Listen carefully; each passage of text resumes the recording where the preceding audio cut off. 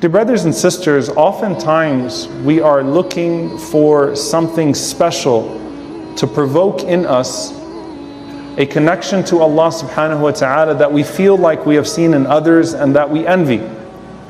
And so you'll have people that ask for this very special equation. You know, Shaykh, what's one dua I can make so that I can quit this sin? Can you give me a wird? Can you give me something to read on a daily basis, and that way I can finally connect to Allah subhanahu wa ta'ala? What's something that can finally make me feel like I'm connected to Allah throughout the day? What is this amazing script? Find me this story that's buried in a book. Find me anything that can get me out of the situation that I am in. And subhanAllah, I want you to think about a person who would go to the doctor and who would receive a very specific prescription, and that prescription seems almost too easy and too good to be true. There's no mystery to it, and there's no shortage of its treatment, and it is 100% in its likelihood to cure you. And I want you to think about the thing that you do on a daily basis, but maybe don't appreciate so much. As-Salah, 5 daily prayers. The most beloved of deeds to Allah subhanahu wa ta'ala. And you know, maybe you don't appreciate it if you've been doing it your entire life, or especially if you've been doing it your entire life.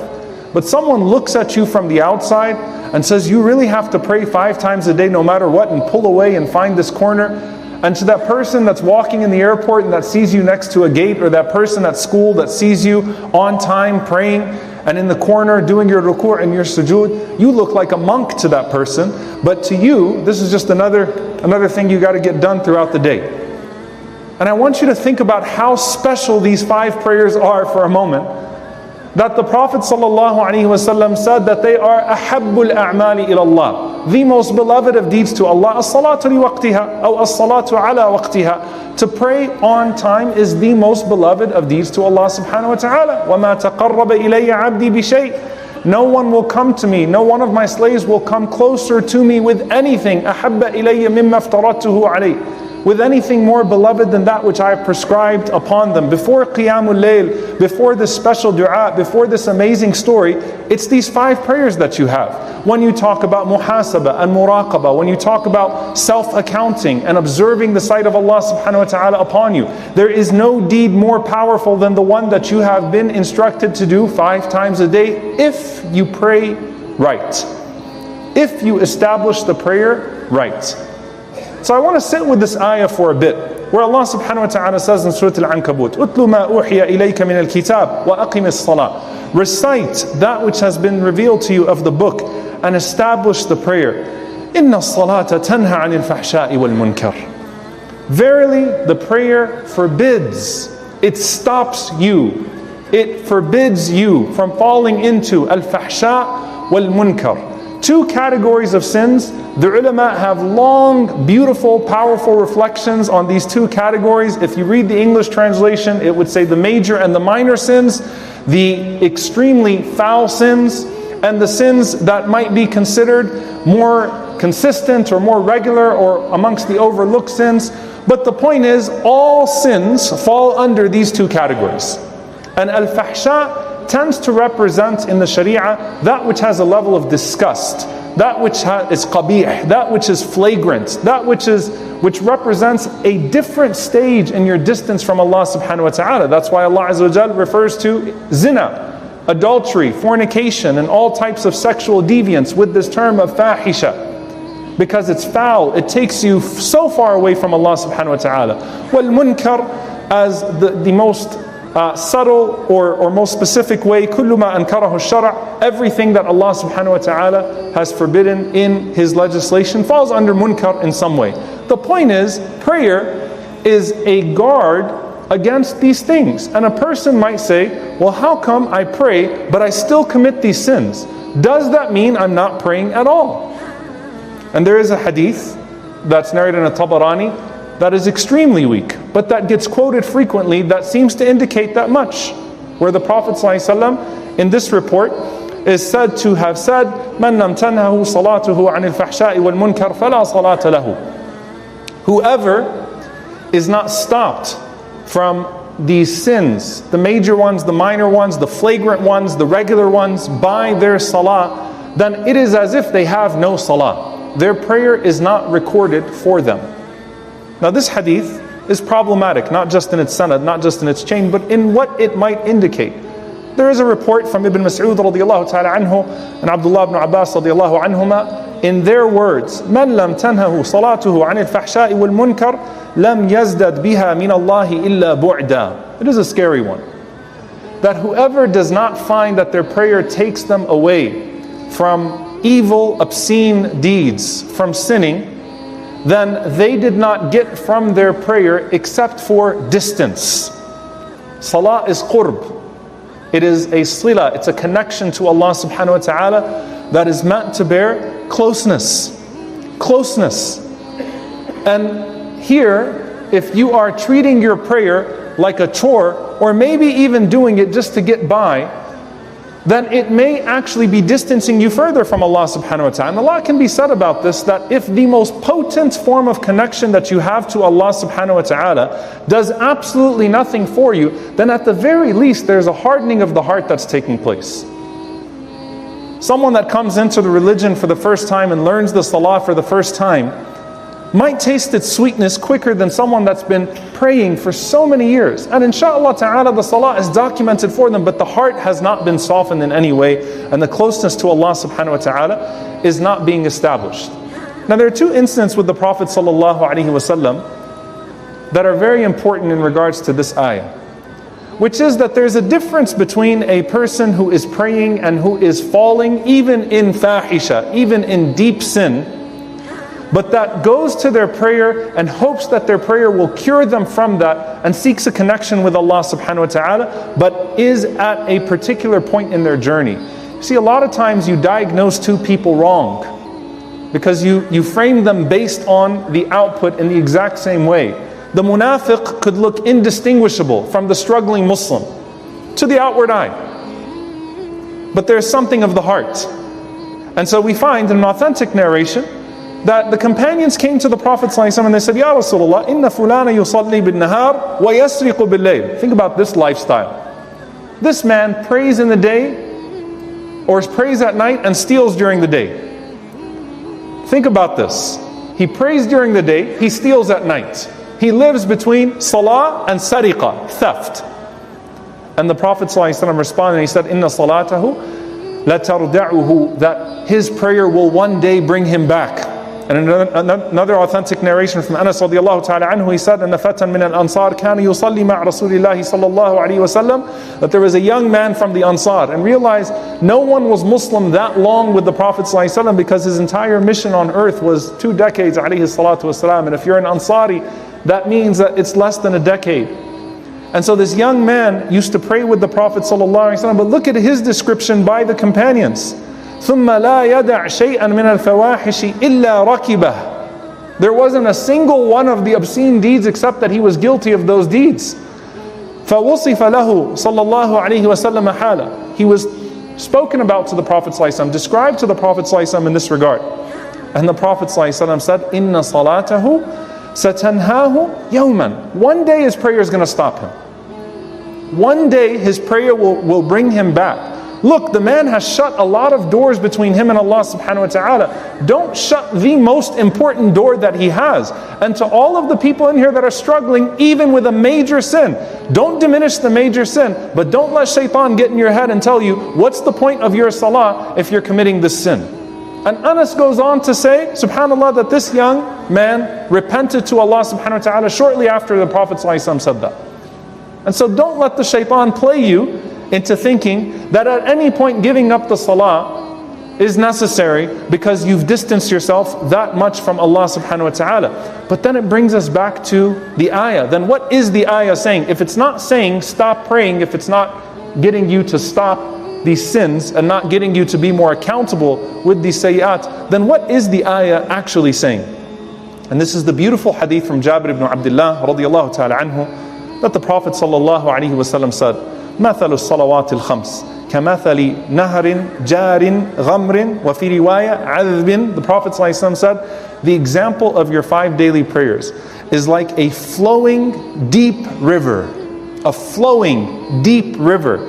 And in one narration, عذب, which means it's sweet. Imagine a sweet, flowing river. على باب أحدكم. That is right in front of your door. Now I want you to just think about what's being suggested here. Number one, the ulama say you could take every word of the hadith and there's beauty. It's flowing, so it doesn't stay still and it doesn't become corrupted at any point. It's like a flowing, pure river. The second thing, it is deep. There is plenty of water for everyone to immerse themselves in. The salah is there as a cure for every single person that wants it. There's no shortage of it. You don't need to go anywhere necessarily for it. Of course, the masjid has its place. I'm saying in general, it's there for you. It is near to you. It is consistently available to you. And it is meant to immerse every single part of your body. And it is sweet. And ala babi ahadikum, it's right there. It's right there. You don't have to travel for it. And the Prophet ﷺ said that the example is that a person bathes in that river 5 times a day.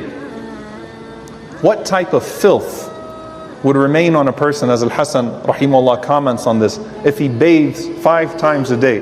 Think about a person who showers, shampoos, soaps up, conditions 5 times a day. Perfumes, everything. Physically speaking, can you imagine a person like that showers 5 times a day? Can you imagine a person like that takes a real shower 5 times a day? What are they going to smell like? What are they going to look like? How fresh will they be? The Prophet ﷺ is saying, imagine yourself spiritually bathing 5 times a day. And not all showers are the same.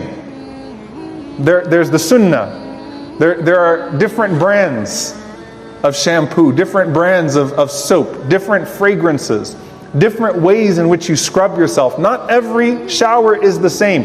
There is a 2-minute shower and there is a 20-minute shower.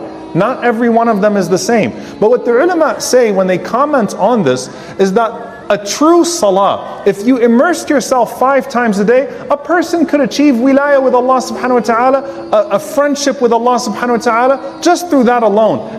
Why? Because just tasting the sweetness of that 5 times a day, how are you going to go from that to the rest of your day?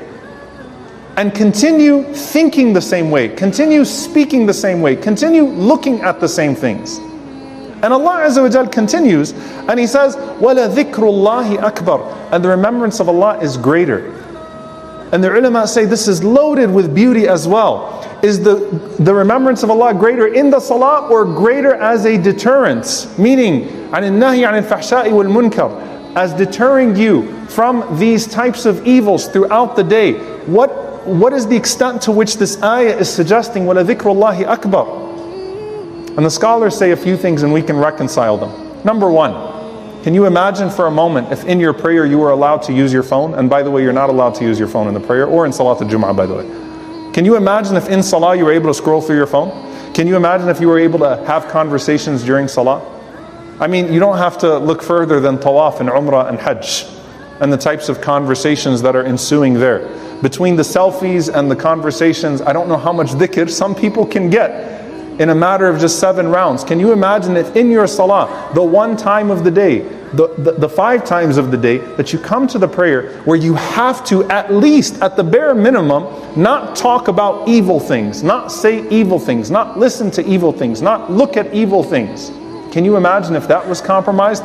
What a mercy from Allah subhanahu wa ta'ala that we're not allowed any of that. That is a rahmah from Allah subhanahu wa ta'ala. That's a huge mercy from Allah subhanahu wa ta'ala. We're not allowed any of that. Alhamdulillah. Because Allah knows how distracted we'd be in salah. We're already distracted enough just by the thoughts for what came before and what comes after the salah. But on top of that, Imam Ibn al-Qayyim rahimahullah says, what is it that's going to prohibit a person from the effect of sin inside of them? It's the dhikr inside the salah. When your whole body is in a state of dhikr 5 times a day, and you're remembering Allah subhanahu wa ta'ala, and as Ibn Abbas radiallahu ta'ala anhuma says, and beyond that, if a person is in a state of remembering Allah subhanahu wa ta'ala throughout the day, then they don't even have to wait to be pulled to a full immersion of dhikr 5 times a day. What greater way to protect yourself, to protect your eyes, to protect your ears, to protect your tongue, than being in a state of remembrance of Allah subhanahu wa ta'ala throughout the day? You can't guard yourself around the consistent signals of evil today unless you have a consistent spiritual habit of connection to Allah subhanahu wa ta'ala. It's the only way. The more extreme those signals get, the more committed you have to be to those things that Allah Azza wa Jal put right in front of you. So what am I saying, dear brothers and sisters? Not all salahs are equal. But if you've been treating your salah, if you've been treating your 5 daily prayers as just an obligation you need to hurry up and get through and move on from,